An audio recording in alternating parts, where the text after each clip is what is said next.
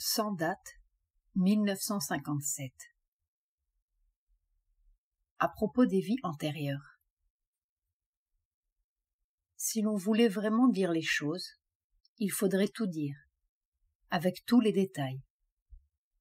Parce que, parmi les innombrables expériences que j'ai eues depuis quelques 80 ans, il y en a eu de si diverses, de si contradictoires en apparence, que l'on peut dire au fond, tout est possible. Alors, dire une chose sur les vies antérieures sans reprendre le fil de toutes les choses, c'est ouvrir la porte au dogmatisme.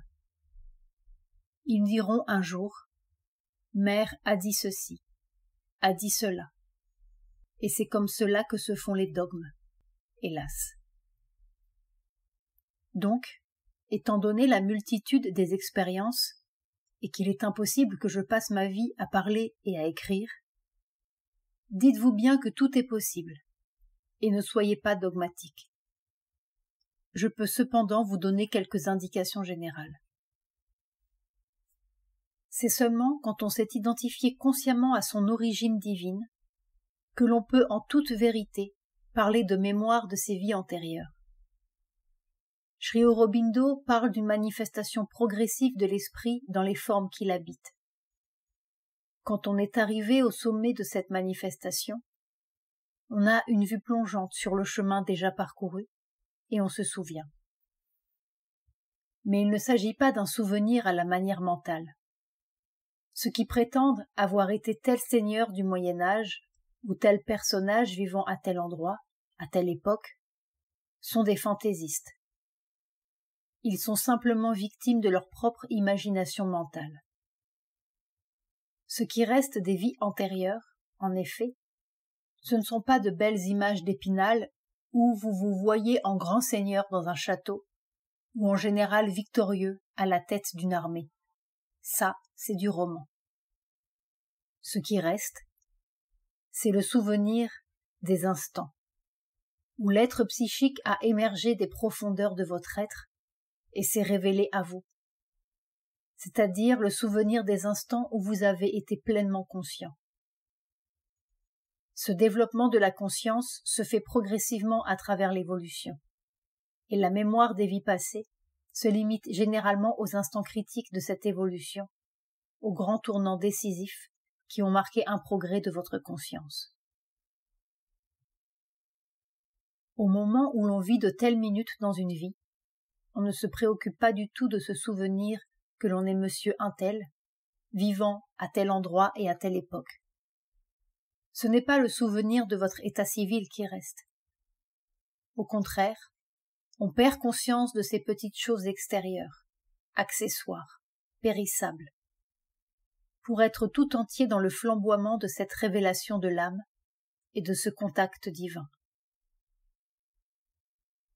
Quand on se souvient de ces minutes de nos vies passées, ce souvenir a une telle intensité qu'il semble encore tout proche, encore vivant, et bien plus vivant que la plupart des souvenirs ordinaires de notre vie présente. Parfois, dans les rêves, quand on entre en contact avec certains plans de conscience, on peut avoir des souvenirs qui ont cette intensité, cette couleur vibrante, si je puis dire, tellement plus intense que les couleurs et les choses du monde physique. Car ce sont des moments de vraie conscience. Et alors tout se revêt d'un éclat extraordinaire, tout est vibrant, tout est chargé d'une qualité qui échappe à notre regard ordinaire. Ces minutes de contact avec l'âme sont souvent celles qui marquent un tournant décisif dans une vie, un pas en avant, un progrès de conscience. Et cela correspond fréquemment à une crise, à une situation d'une extrême intensité, quand il se produit un appel dans l'être tout entier, un appel si fort que la conscience intérieure perce les couches inconscientes qui l'enveloppent et se révèle toute lumineuse à la surface. Cet appel très fort de l'être peut aussi provoquer la descente d'une émanation divine, d'une individualité, d'un aspect divin, qui se joint à votre individualité à un moment donné pour faire un travail donné, gagner telle bataille, exprimer telle ou telle chose. Puis le travail fini, cette émanation le plus souvent se retire. Alors, il se peut que l'on garde le souvenir des circonstances qui ont entouré ces minutes de révélation ou d'inspiration. Que l'on revoie un paysage, la couleur d'un vêtement que l'on portait, la couleur de sa propre peau, les choses qui vous entouraient à cette minute. Tout cela est fixé d'une façon indélébile avec une intensité extraordinaire. Parce que, alors, les choses de la vie ordinaire se révèlent aussi dans leur vraie intensité, leur vraie couleur. La conscience qui se révèle en vous révèle en même temps la conscience qui est dans les choses. À l'aide de ces détails, on peut parfois reconstituer l'époque à laquelle on vivait ou l'action accomplie, deviner le pays où l'on se trouvait. Mais il est très facile aussi de faire du roman et de prendre son imagination pour la réalité. Il ne faut pas croire, cependant, que tous les souvenirs de vie antérieure soient ceux de moments de grande crise, de missions importantes ou de révélations. Ce sont parfois des minutes très simples, transparentes, où une harmonie intégrale de l'être s'est exprimée, une harmonie parfaite. Et cela peut correspondre à des situations extérieures tout à fait insignifiantes. En dehors des choses immédiates qui vous entourent à cette minute, en dehors de cette minute de contact avec votre être psychique, il ne reste rien.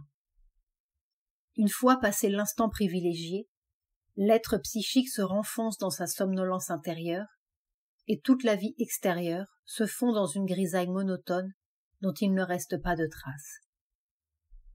D'ailleurs, il se produit un peu le même phénomène au cours de la vie que vous vivez actuellement.